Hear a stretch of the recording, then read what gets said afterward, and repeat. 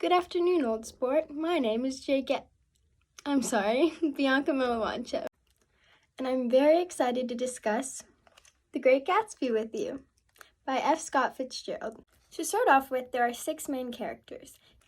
This book is narrated in first-person point of view and by one of the main characters, Nick Carraway. Now, to give some background information on F. Scott Fitzgerald, he's an American fiction book writer.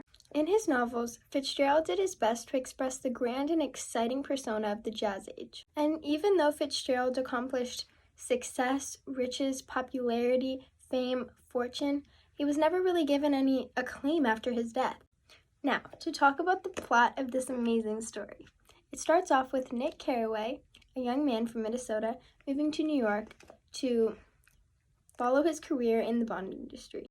After the move, Nick's neighbor was Jay Gatsby, a mysterious man who many had never met. But even though he wasn't personally known by any of these people, they would still come to his extravagant parties every Saturday night over the summer. No one received an invitation. They just showed up. I know, it's strange. But anyways, Nick received an invitation one night and went over to check out the party. And when he was looking for Jay Gatsby, no one knew who he was. Eventually, though, he showed himself and he met him, and they became great friends. We also find out that Jay Gatsby has met Jordan Baker before, who is best friends of Daisy Buchanan, and Daisy is cousins with Nick Carraway. After going over for dinner one night, Nick finds out from Jordan that there are some issues with Daisy and Tom's marriage. Tom has a mistress, and Daisy found out. However, moving along into the story, we see that Jay Gatsby seems to be showing quite an interest in Nick, and he seems to be getting kind of suspicious. At one of his parties, Jay takes Jordan into another room and explains to her that he knew Daisy Buchanan back in Louisville before he went into the war. They had an astounding connection, and he's never been able to get over it. So everything seems to finally make sense to Nick, as is that he is Daisy's cousin.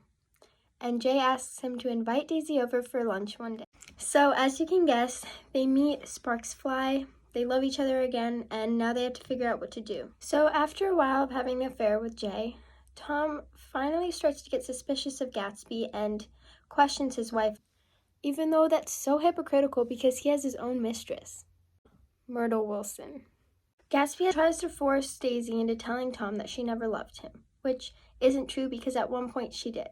So Tom takes the 5 of them, him, Daisy, Gatsby, Nick, and Jordan, away out of New York for a vacation. He then and there decides to confront Gatsby about his relationship with his wife. Gatsby tries to tell Tom that Daisy never loved him and that she loves him, but Daisy disagreed, and Tom exposes Gatsby for the work and the person that he is. Tom exclaims to Daisy that Gatsby's a criminal. He gets all of his money from illegal activities such as bootlegging alcohol. On the way home from the vacation, the confused Daisy and Gatsby drive home together, and Nick, Tom, and Jordan drive in a separate car just behind them. Spoiler alert! They pass by the Valley of Ashes where Myrtle Wilson lives. She assumes that in the car it's her lover Tom Buchanan and jumps out in front of the road, assuming that he'll stop. However, as we know, it wasn't. And the next day, while Mr. Wilson, Myrtle's husband, is so distraught and hurt, Tom Buchanan tells him that Gatsby was the one who killed his wife. So one day, while Gatsby is waiting for a call after Daisy found out everything about him and is confused, he looks behind him and there's Mr. Wilson. He shoots Gatsby and then himself. So Nick sets up a small funeral for Gatsby in his home and comes to find that no one showed up. This is where the author gives a sympathetic tone to the story. Gatsby did so much for Daisy, got riches, a house right across from her, and did everything he could to win her back, and she didn't even show up to his funeral. We soon come to find out that Daisy was the one in the front seat of the car who killed Myrtle, but Gatsby took the blame for her. Now, as I may or may not have mentioned before, Gatsby's house was right across from Daisy's, and that was on purpose. And every couple of nights, Gatsby would go to the end of the dock, right across from Daisy's, and stare at the green light that flashed endlessly. This green light was a very important symbol throughout the reading. The author used it to reference Gatsby's dreams for the future. They're so close that he can almost touch them, but they're so far away that he never actually gets what he wants. Now, the theme that I have found within the book, that the love and trust between two people can be ruined and destroyed by the wealth and riches of society and putting that in front of honesty. Now, this is shown by Gatsby thinking that the only way to impress Daisy is to get money, and he does that through illegal activity and dishonesty. This ends up not only creating a conflict between Tom and Gatsby, but Daisy and Gatsby, because she doesn't trust him or like the person that he's become. Now, if you've caught this, you'll realize that this is where Fitzgerald and Gatsby are so similar.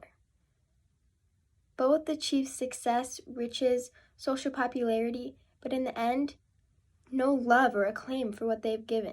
But I definitely give this book 2 thumbs up, and I 100% recommend it to everyone.